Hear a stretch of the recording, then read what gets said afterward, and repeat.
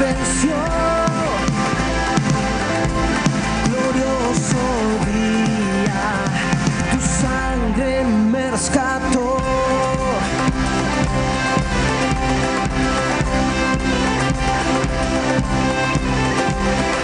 Ahora libre soy en tu amor. Es tu gracia la que me salvó, más tu perdón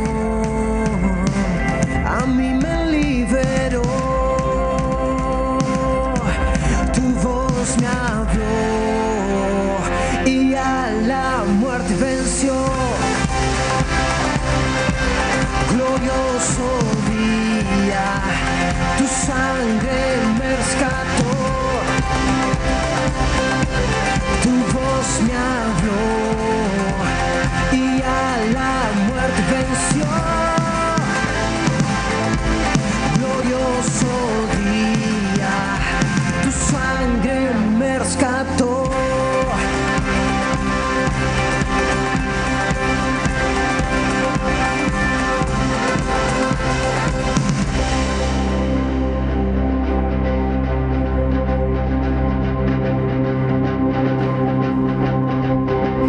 De mi pecado me rescataste, en tu nombre cadenas se rompen. Vivía solo y sin consuelo, ahora soy ciudadano del fuerte. Tú me sanaste estando herido, Jesús, por tu amor yo respiro.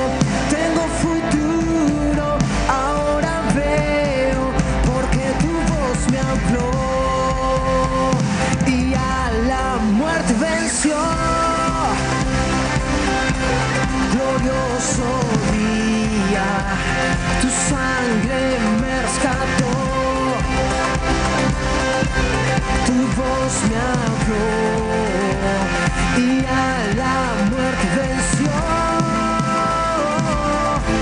Glorioso día, tu sangre me rescató.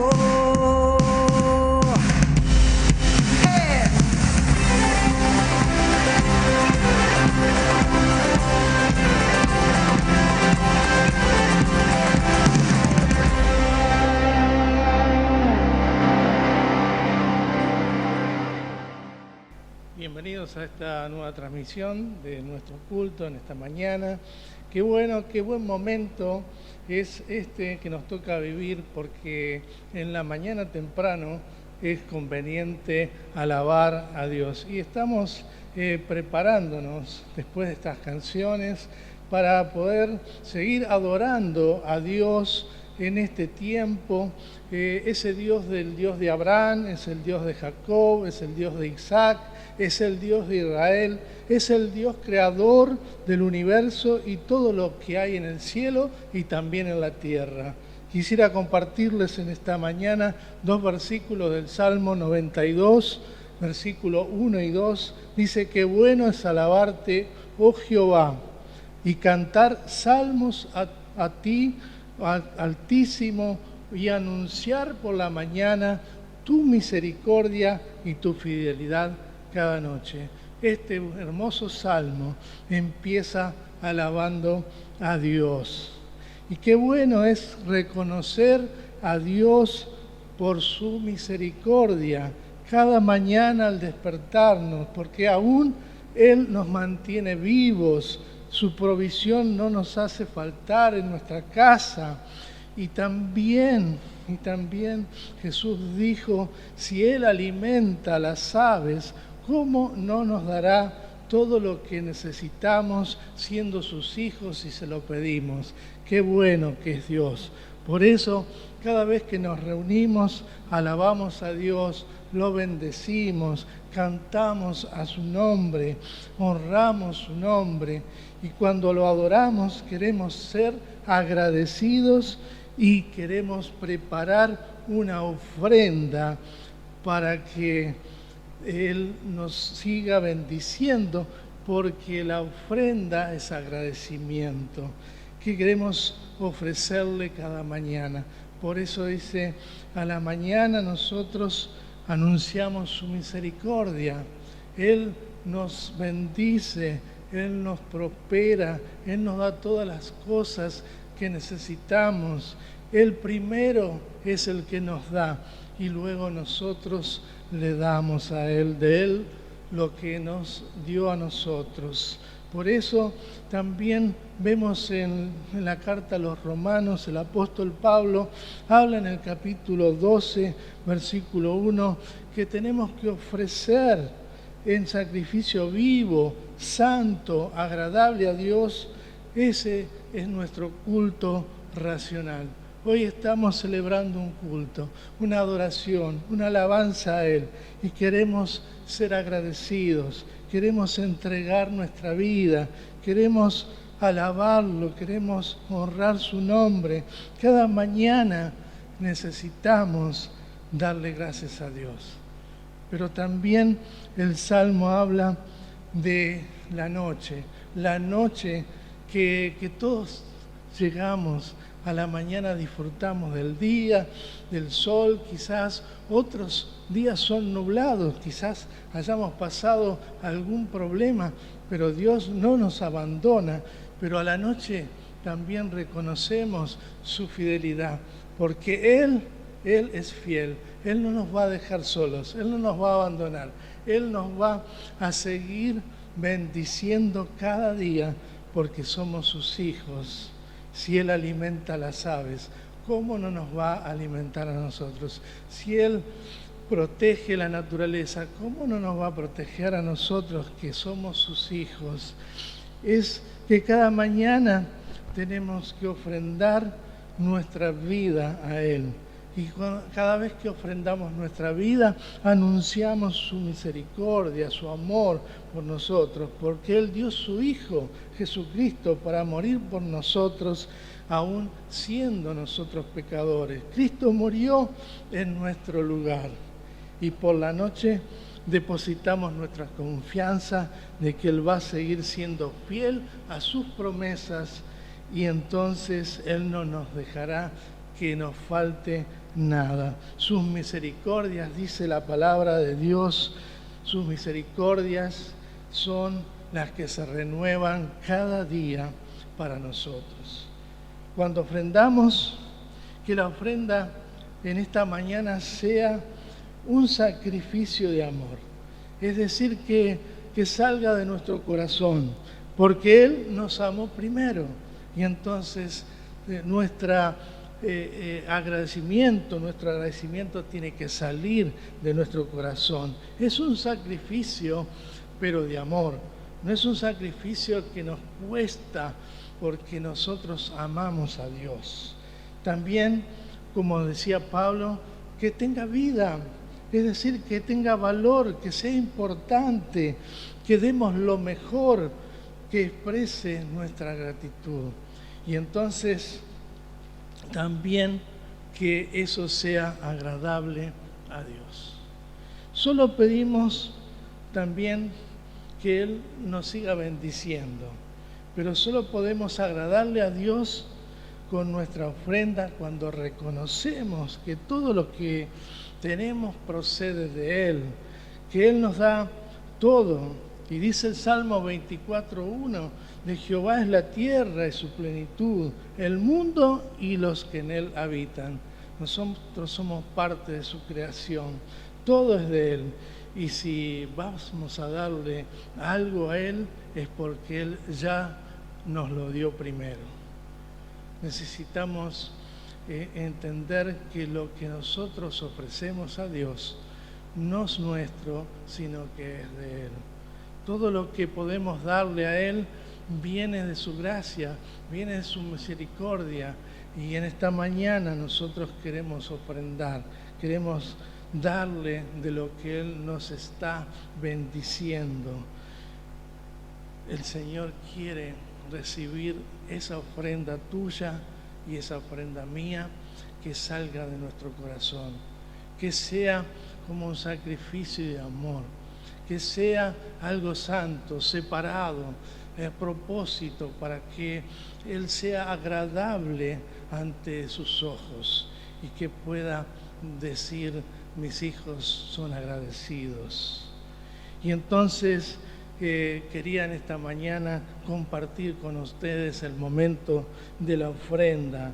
Y lo que hacemos es tomar lo que hemos separado durante la semana, para poder venir a la casa del Señor y poder ofrendar, poder darle las gracias. Y cuando pensamos en la ofrenda, entonces pensamos en lo mejor que tenemos para darle al Señor, porque Él merece toda honra. Y entonces toma tu ofrenda preparada ya de antemano, y en tu casa, como en este tiempo no podemos estar aquí en el templo, toma tu sobre, toma la ofrenda y expresa una oración hacia Él de agradecimiento. Yo te invito a que ores por la ofrenda y le des gracias, y que Él reciba esta ofrenda como el mejor perfume que vos tenés para Él. Si querés, en esta mañana oramos juntos. Vamos a hacer una oración para que el Señor bendiga a todas aquellas personas que están escuchando, aquellas personas que están en dificultades, aquellas personas que están enfermas, aquellas personas que quizás están padeciendo una necesidad porque no han entendido que Dios es su proveedor y que deben darle gracias. Vamos a orar. Señor, te agradecemos en esta mañana por todas tus bondades, por tu misericordia, por tu gran amor. Gracias, Señor, por tus promesas que son fieles y verdaderas. Y declaramos que en la casa de ningún hijo tuyo faltará la provisión para cubrir sus necesidades. Oramos e intercedemos por cada hogar, cada creyente, y por todos aquellos que están viviendo una transición y escuchando esta transmisión luego del mensaje de la palabra, sean prosperados, que sean sanados de sus dolencias, que quites toda enfermedad en sus vías respiratorias, que sanes sus pulmones, y que todos los cuerpos enfermos sean sanados por el poder de tu Espíritu Santo, que se está moviendo en esta mañana en cada hogar, en cada lugar. Señor, que se predica tu palabra, que tu amor y misericordia los alcance y que reciban un milagro en esta mañana en sus vidas, y que puedan decir con el salmista, como dijo en el Salmo 91, qué bueno es alabarte, Señor. En el nombre de Jesús te lo pedimos, amén y amén. Que Dios te bendiga en esta mañana, que puedas recibir ese milagro que necesitas para tu vida y puedas recibir a Jesús en tu corazón como tu Salvador personal. Que Dios los bendiga.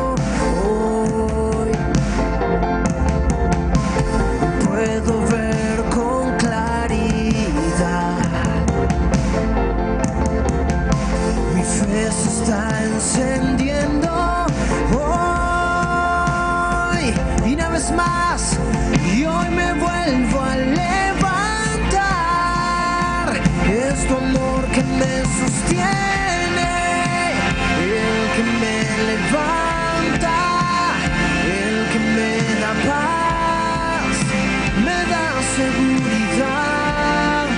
Es tu amor que me sostiene, el que me levanta, el que me da paz, me da seguridad de lo que vendrá. Tú tienes el control, nunca pierdes el control.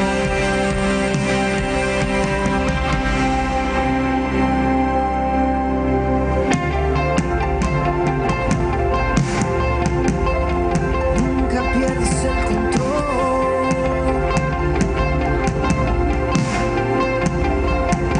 Nunca lo pierdas, Señor.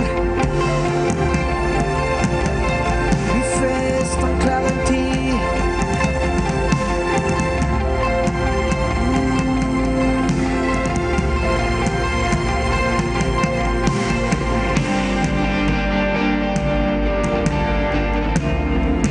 Nunca pierdes el control. Es tu amor que me sostiene, el que me levanta, el que me da paz, me da seguridad. Es tu amor que me sostiene, el que me levanta, el que me da paz, me da seguridad de lo que vendrá. Tú tienes el control, nunca pierdes el control. Una vez más, es tu amor que me sostiene, el que me levanta, el que me da paz, me da seguridad. Es tu amor que me sostiene, el que me levanta,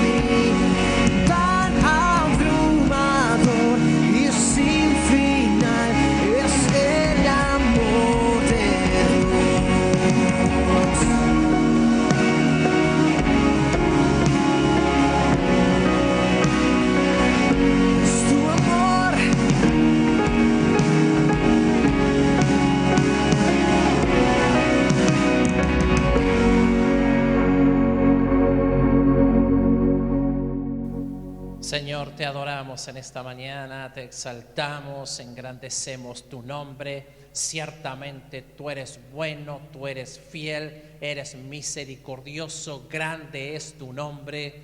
Nos rendimos ante ti en esta mañana, Señor Jesús, con todo nuestro corazón.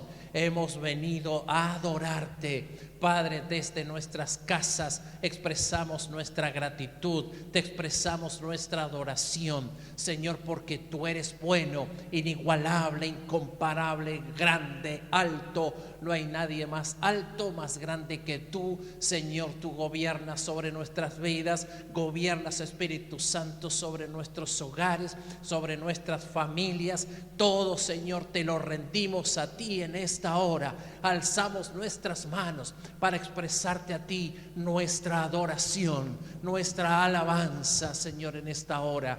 Te damos a ti toda la honra, todo el honor, toda la gloria, porque solamente tú eres digno, Señor.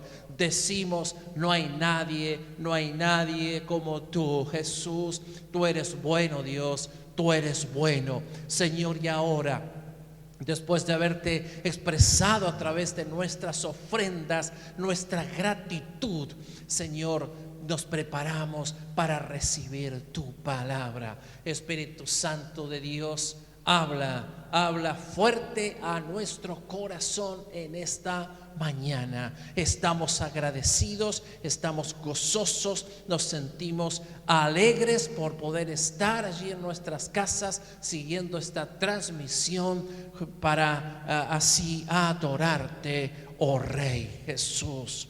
A ti te damos toda la gloria. Bienvenidos a esta transmisión. Si recién te estás conectando, recién estás ingresando allí a nuestras redes, te damos la bienvenida. Dios te bendice. Dios bendice tu vida. Dios bendice tu familia. Dios bendice tu casa. Estamos alegres, estamos gozosos de que puedas estar con nosotros, de que puedas unirte a este culto de adoración a nuestro Dios.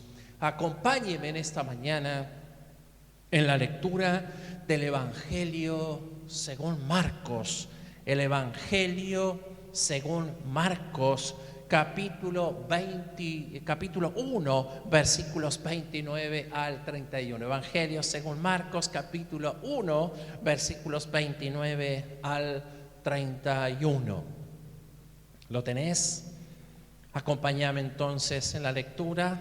Dice allí la palabra de nuestro Dios: cuando salieron de la sinagoga, Jesús fue con Santiago y Juan a casa de Simón y Andrés. Estos son los dos pares de hermanos, discípulos, seguidores de Jesús, a quienes Jesús ha llamado para que estuvieran con él, les ha llamado para enseñarles, les ha llamado para que ellos pudieran en su nombre ejercer también autoridad y poder predicar la palabra, proclamar el evangelio, sanar enfermos, echar fuera demonios. Estos son los primeros 4 discípulos que Jesús llama para que se conviertan en sus seguidores. Santiago, también traducido Jacobo, y Juan, los hijos de Zebedeo, y Simón y Andrés, el otro hermano Simón, aquí Pedro y Andrés, los 4 pescadores allí de la región de Galilea, ahora transformados en pescadores de hombres. Y sigue el relato allí, versículo 30. La suegra de Simón, esto es Pedro, estaba en cama con fiebre. Se lo dijeron a Jesús, continúa el relato, y él, Jesús, se acercó y tomándola de la mano, le levantó. Al momento se le quitó la fiebre y comenzó a atenderlos. Muchas son las personas que a lo largo de la historia han experimentado un milagro en sus vidas o que han sido atraídas a Jesús por alguna manifestación de su poder.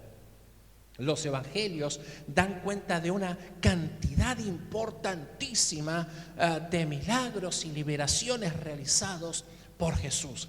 A su vez, cada evangelio nos brinda de esos milagros y liberaciones detalles desde perspectivas completamente diferentes, lo cual enriquece nuestra manera de ver y de entender aquellas acciones poderosas de Jesús.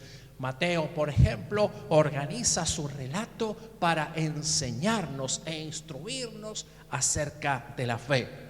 Entonces, cada vez que refiere a algún milagro, algún hecho portentoso, alguna señal y prodigio que acompaña la predicación de Jesús, Él está tratando allí de algún modo discipularnos, de instruirnos de qué es esto de caminar en la fe de Jesús. Lucas, por su parte, nos presenta a Jesús en su costado probablemente más humano. Nos muestra allí a Jesús identificándose empáticamente con los que sufren, con los pobres. Marcos, por su parte, en su relato dinámico, pone de manifiesto el poder de Jesús para demostrar que Él es el Hijo de Dios. Todos estos relatos que conforman lo que conocemos como la tradición sinóptica, y este término tiene que ver con la posibilidad de verlos en su conjunto, visión de conjunto. Precisamente esto está relacionado a la gran cantidad de material en común que estos evangelios tienen, pero a su vez también diferente y distintivo en cada uno de ellos. Estos relatos tienen el propósito de mostrarnos y enseñarnos y también guiarnos hacia Jesús. Y ciertamente así ha sucedido. Muchos son los que han sido atraídos a la fe en Jesús, el Hijo de Dios, a partir de la lectura de estos preciosos relatos que conocemos como evangelios. Ahora, a partir del texto que acabamos de leer, surge una pregunta: ¿cuál es en el presente la actitud de Jesús frente a la enfermedad? Vemos y venimos destacando que los evangelios nos muestran tanto la faceta didáctica, pedagógica de Jesús. Jesús es el maestro, es alguien que nos enseña, que nos instruye, nos enseña a vivir según principios y valores cristianos, poniéndose Él mismo como modelo y ejemplo.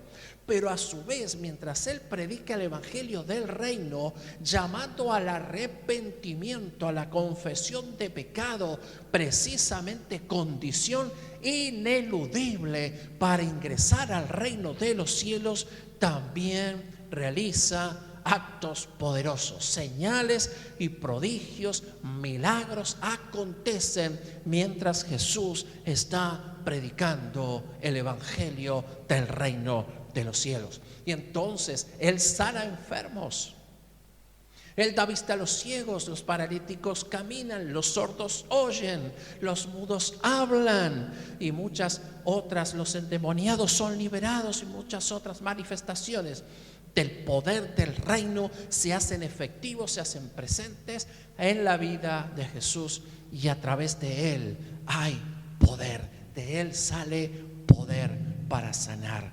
Entonces, esto pasó hace muchos siglos, sí, hace mucho tiempo. Y en el presente, ¿cuál es la actitud de Jesús, el Hijo de Dios, frente a la enfermedad en la actualidad? La respuesta es simple, por lo menos para mí, aunque algunos pudieran poner en duda este hecho. Jesús responde en este momento de la historia. Jesús responde hoy de la misma manera en que lo hizo en su ministerio en la tierra, sanando enfermos, trayendo libertad a los cautivos a través de su poder. ¿Por qué? Porque a Jesús le interesan las personas, a Él le importa tu bienestar integral. Hasta el presente, las personas en general, incluidos muchos cristianos, discuten acerca del valor o la importancia o la veracidad de los milagros de Jesús que son relatados en los evangelios. Lo cierto que una de las maneras en que la compasión de Jesús se hace presente es precisamente a través de estos milagros de sanidad y liberación de los que tenemos testimonio allí en los evangelios, pero también la iglesia da testimonio en la actualidad. Muchos milagros son realizados por el poder de la invocación del poder del nombre de Jesús, y su Espíritu Santo obra hoy milagros también, y muchos son sanados, muchos son liberados y muchos hallan libertad en el evangelio del reino de los cielos. Muchos reciben estos milagros en la actualidad y ahora confiesan a Jesús como Rey y Señor. ¿Por qué? Porque ellos son sujetos de la compasión y el amor de Jesús. Y aunque muchos batallen con sus dudas o aún rechacen estos milagros como imposibles, lo concreto es que el interés de Jesús por salvar a las personas incluye tanto la salud espiritual, moral, psicoemocional, mental, social, como física. ¿Qué estamos tratando de decir? A Jesús le importa nuestro bienestar total. ¿Por qué? Porque nos ama.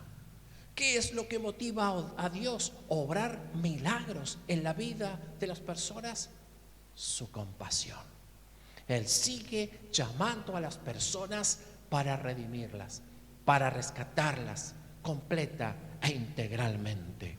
Sus obras de poder, sus milagros son una expresión de su amor a la humanidad.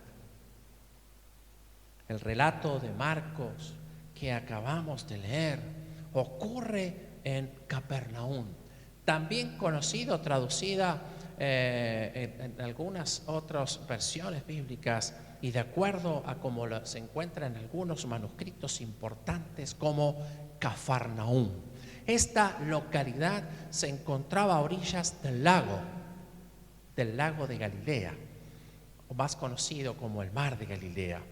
Mateo capítulo 4 versículo 13 dice: pero no se quedó en Nazaret. Se refiere a Jesús, quien era, habiendo nacido en Belén. Él es oriundo, su familia también lo es, de Nazaret, pero él no se queda allí, sino que se fue a vivir a Cafarnaúm, a orillas del lago. Cuando mencionamos lago aquí, nos estamos refiriendo más precisamente al mar de Galilea, en la región de las tribus de Zabulón y Neftalí, cerca de Genesaret, al noroeste del mar de Galilea. Este poblado, esta aldea, tenía unos 800 por 250 metros. Estas son sus dimensiones.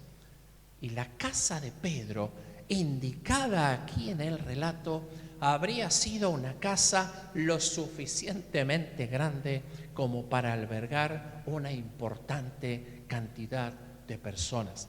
Según excavaciones y hallazgos arqueológicos en la región, la casa podía recibir entre 130 y 150 personas. Y esto podemos verlo allí en el relato, y cada vez que refiere a que Jesús se encuentra en la casa en Capernaum o Cafarnaúm, precisamente se está refiriendo a la casa del apóstol Pedro y su familia. Él allí vivía junto con su hermano Andrés. Y este es el lugar en el que transcurre la escena relatada por Marcos. Muchas veces en otras partes del Evangelio precisamente refiere a que grandes multitudes se agolpaban allí en esta casa. Y cuando salieron de la sinagoga, Jesús fue con Santiago y Juan a casa de Simón y Andrés. Notemos, ellos salían de la sinagoga. que era y es aún en la actualidad también el lugar de la congregación. A quienes estaban privados de asistir al templo, pues el templo estaba hacia el sur de Israel, bastante alejada de la región de Galilea, lo que hacían era reunirse en la sinagoga. Este era el centro de la vida comunitaria. Allí se reunían en el día de reposo y también los días de fiesta. Es un lugar de encuentro que compensa, como vengo diciendo de alguna manera, la ausencia de las ceremonias tradicionales que se realizaban habitualmente en el templo de Jerusalén. La sinagoga era el edificio más importante de la zona donde ésta se construía.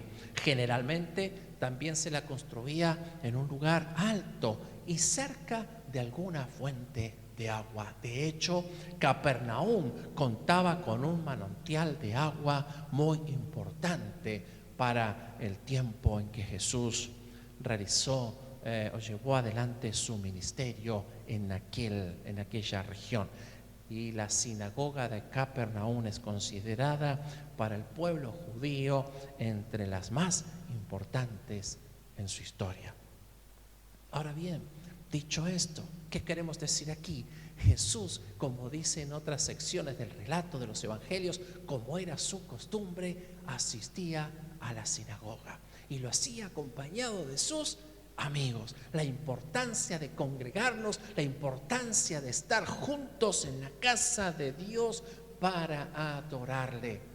Y si bien es cierto, en este tiempo estamos privados de reunirnos de manera presencial, allí ahora nuestra casa es un altar de adoración que rendimos a nuestro Dios. Es el lugar donde como familia nos juntamos para adorar a Dios.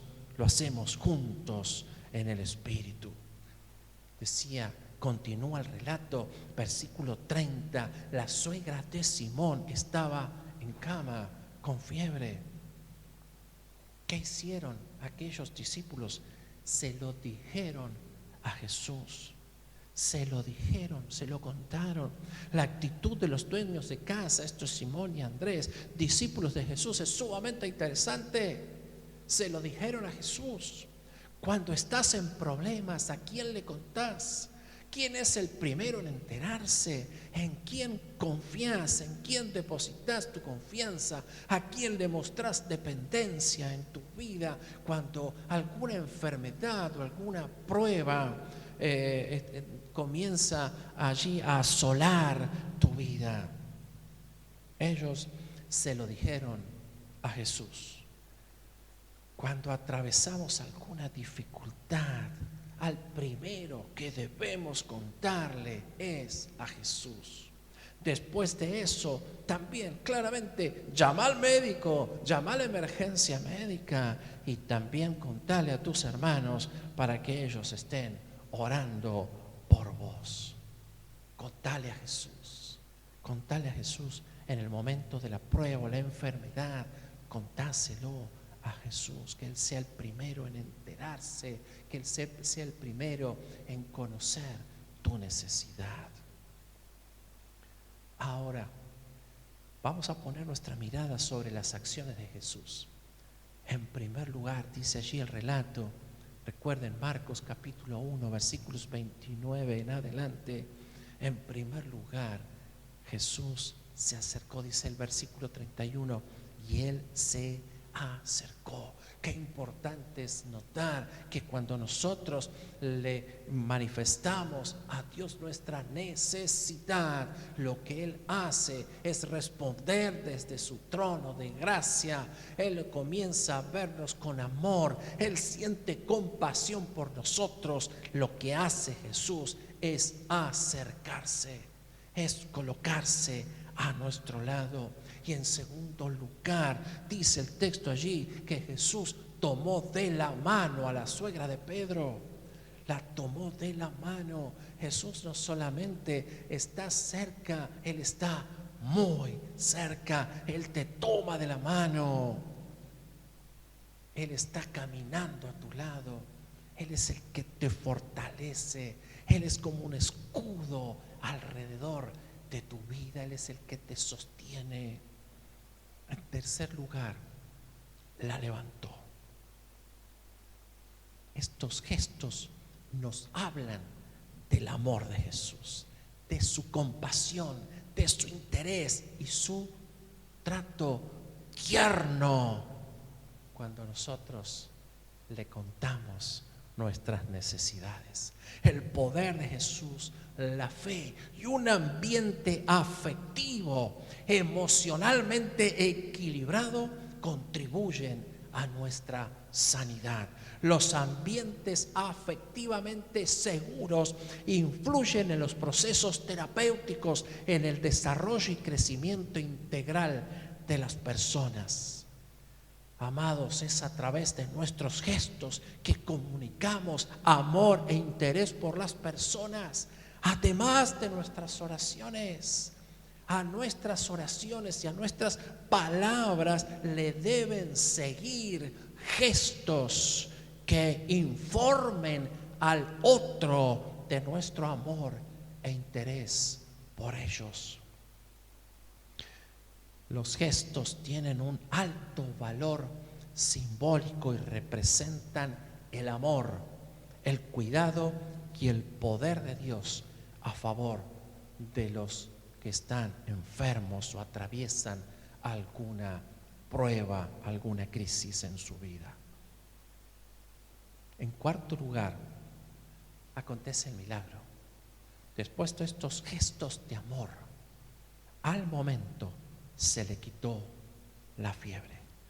Dios tiene cuidado de nosotros y Él está siempre dispuesto a atender nuestras necesidades, no algunas, sino todas nuestras necesidades, aunque éstas parezcan muy pequeñas. ¿Saben lo que tenía la suegra de Pedro? Fiebre. Vemos a Jesús calmando la tormenta y la tempestad, vemos expulsando demonios, vemos dando vista a los ciegos. Él manifiesta su poder sobre la creación y sobre enfermedades tremendas, y Él libera a personas que por años habían sido atormentadas por demonios. Eventos poderosos, evidencias poderosas de que el reino de los cielos se ha acercado, pero esta mujer lo único que tiene es fiebre.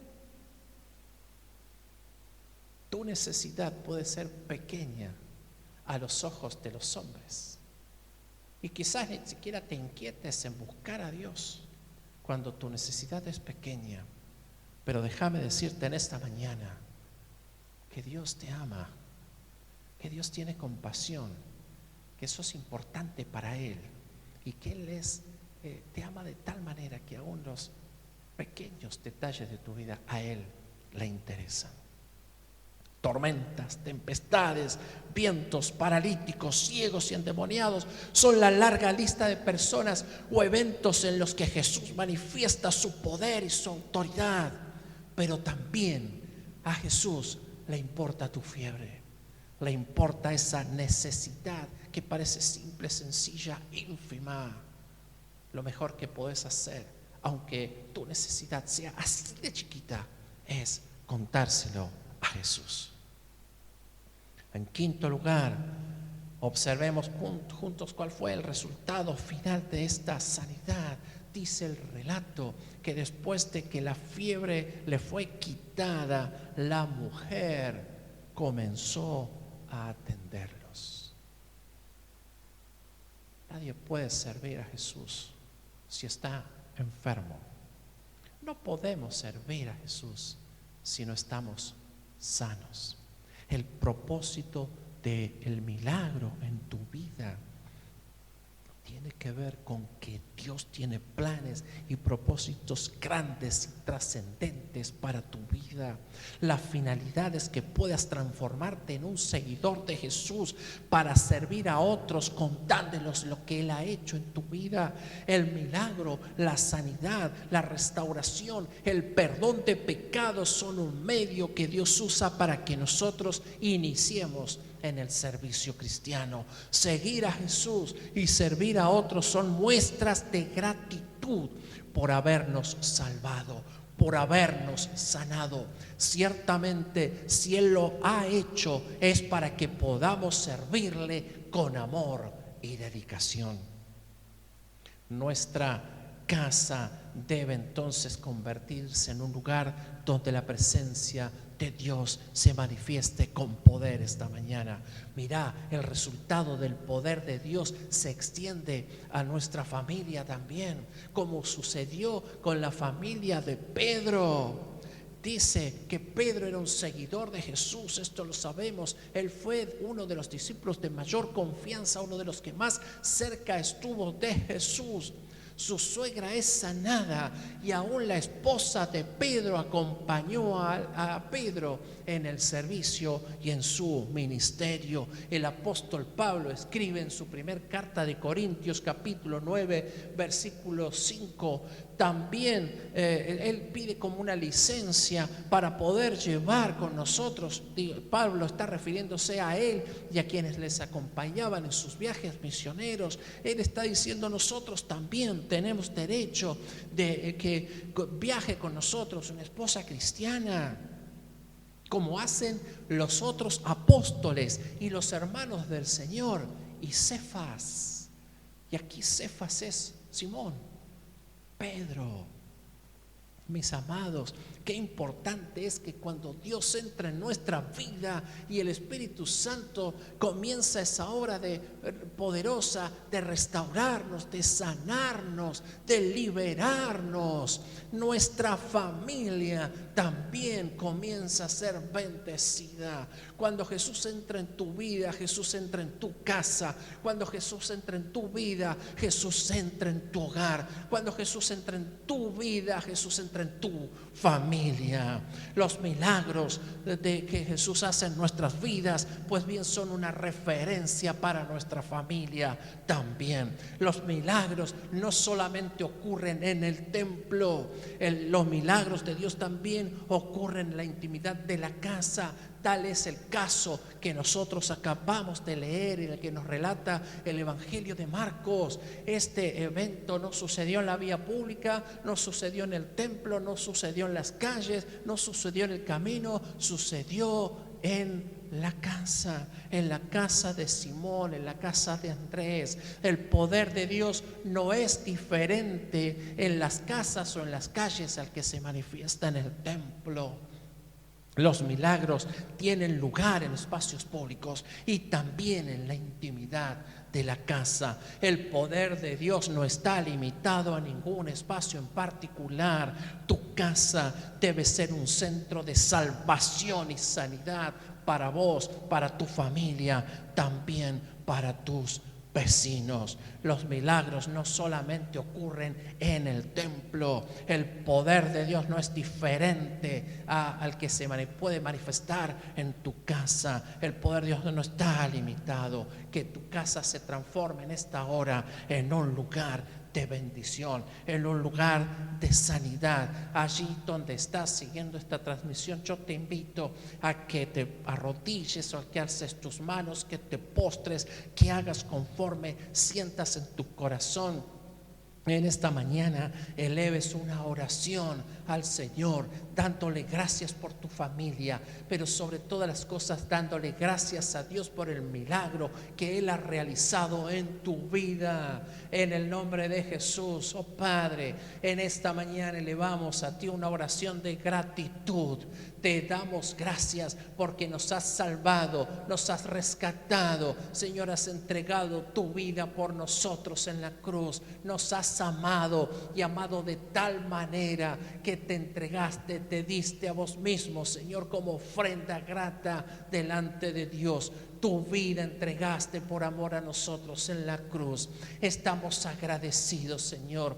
Estamos agradecidos de que un día vinieras a nuestro encuentro. Estamos agradecidos de que un día, Señor, invadiste nuestro corazón y nos salvaste y nos sanaste. Señor, restauraste nuestras vidas cuando estábamos perdidos, cuando estábamos en oscuridad. Tú has traído luz a nuestras vidas y le has dado sentido a nuestras vidas. Y ahora somos gobernados gobernados por un sentido de propósito. Nuestras vidas, Señor, eran vidas vacías, pero al conocerte, Jesús, nosotros andamos en plenitud de vida y somos completos por la obra de tu Espíritu Santo. Por eso en esta hora te alabamos, por eso en esta hora, Señor, te exaltamos, por eso en esta hora engrandecemos tu nombre y te decimos gracias por haber salvado y sanado nuestras vidas. Gracias por haber sanado las heridas de nuestro corazón. Gracias, Señor, te damos por haber traído salud mental a nuestras vidas. Gracias por haber traído salud física, Señor, a nuestras vidas. Gracias, Señor, porque ahora nuestras relaciones, las formas, las maneras en que nos relacionamos con los demás es diferente. Señor, yo antes era una persona iracunda, era violento, pero a partir de que vos gobernás mi vida, Señor, mi vida imparte paz. Ahora, Señor, mis relaciones son relaciones sanas y esto es posible porque vos me has sanado. Señor Jesús, rendimos nuestra adoración, rendimos nuestra alabanza a tu nombre. Gracias, Señor, porque tú reinas en nuestro corazón.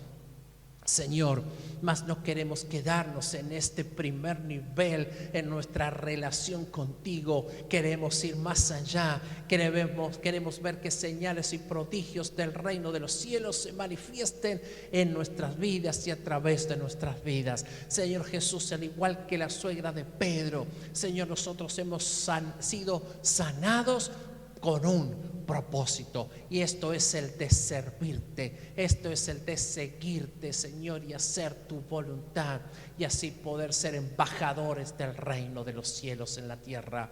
Señor Jesús, utiliza nuestras vidas. Hemos sido sanados para servirte, hemos sido rescatados para servirte, hemos sido restaurados para servirte, Señor Jesús. Por eso estamos agradecidos, porque cuando estábamos muertos en nuestros delitos y pecados, vos nos amaste, vos nos rescataste, vos nos liberaste, Señor, y con tu amor nos has atraído hacia ti, Señor. Has mostrado tu compasión sobre nuestras vidas y ahora, Señor, nosotros queremos ser agradecidos, nosotros queremos rendirte nuestras vidas, queremos, Señor, servirte, queremos servirte, te consagramos nuestras vidas, Señor. Nos rendimos ante ti en esta mañana y te decimos una vez más, Señor, utilízanos, úsanos en el nombre poderoso de Jesús.